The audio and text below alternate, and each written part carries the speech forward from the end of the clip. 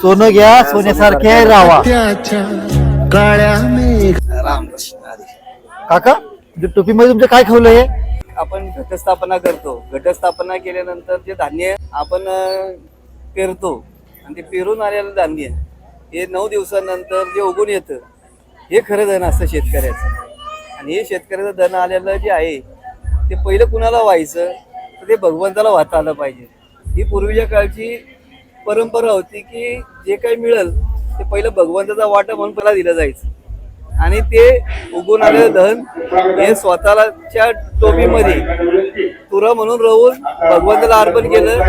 ही परंपरा जी आहे ती फार जुनी होत चाललेली आहे आणि ही सर्वांनीच वापरात यावी, आनंद घ्यावा एवढेच दसऱ्याचे मी सांगायचे.